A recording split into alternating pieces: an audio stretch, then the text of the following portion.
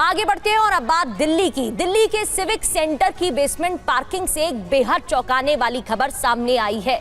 वहां 80 से ज्यादा सरकारी इलेक्ट्रिक गाड़ियां सालों से कबाड़ बन गई हैं।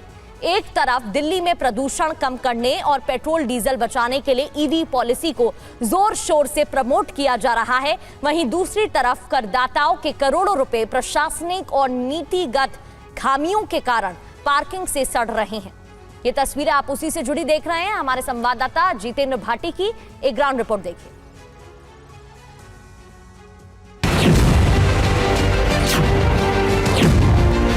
इसको हमने कार्रवाई शुरू कर दी और उसको निरस्त करके नया अनुबंध भी कर रहे हैं और गाड़ियां जो है वो खराब भी हैं और उसकी स्थिति को देखते हुए इस पे कार्रवाई शुरू कर दी।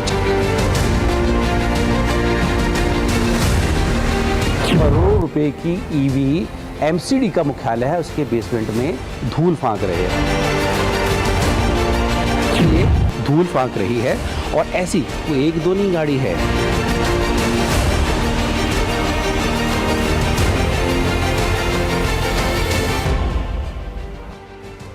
ये तस्वीरें दिल्ली नगर निगम के सिविक सेंटर की हैं, जहां एक दो नहीं बल्कि 80 से ज्यादा सरकारी इलेक्ट्रिक गाड़ियां सालों से यूं ही खड़ी हैं।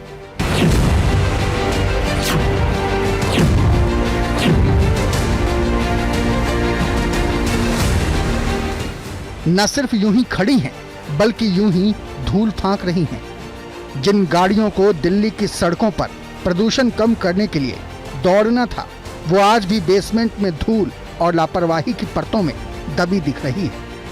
करोड़ों रुपए की ईवी एमसीडी का मुख्यालय है, उसके बेसमेंट में धूल फांक रहे हैं। जो गाड़ियां हैं वो कब से यहाँ खड़ी हुई है, इसका अंदाजा इस बात से लगाइए कि देखिए ये इसका शीशा है पीछे का, मैं हाथ ऐसे कर रहा हूँ तो यहाँ पर लकीर खिंच जा रही है, यानी कि ये धूल फांक रही है। और ऐसी कोई एक दो नहीं गाड़ी है। विपक्ष का तो ये आरोप है कि तकरीबन 75 है।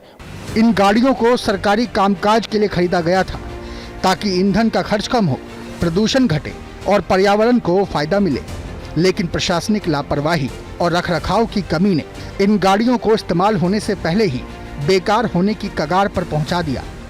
ये जो है पूरी ईवी, इसको ये एसएल कंपनी जो है, ये इसका करार हुआ था एमसीडी के साथ में, और कंपनी के कर्मचारी है जो कि कैमरे के सामने नहीं आ रहा है, लेकिन उसका कहना है कि तकरीबन 85 गाड़ियों का करार हुआ था 2017-18 में। करार था 2024 तक के लिए। इस बीच ये गाड़ी कभी चली कभी रुकी, लेकिन कंपनी और एमसीडी के बीच में भुगतान को लेकर कुछ विवाद हुआ और विवाद का असर ये हुआ कि जो गाड़ियाँ हैं ये इसी तरीके से धूल फांक रही है।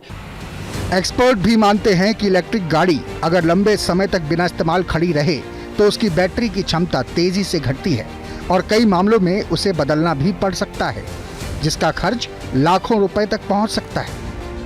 हालांकि दिल्ली सरकार लगातार ईवी पॉलिसी के जरिए इलेक्ट्रिक गाड़ियों को बढ़ावा देने के दावे कर रही है, लेकिन दूसरी ओर सरकारी सिस्टम के भीतर ही इलेक्ट्रिक गाड़ियों का इस तरह से बेकार पड़े रहना दावे, नीति और उसे लागू करने के बीच के बड़े अंतर को उजागर करता है। हालांकि मेयर प्रवेश वाही की सफाई इससे अलग है।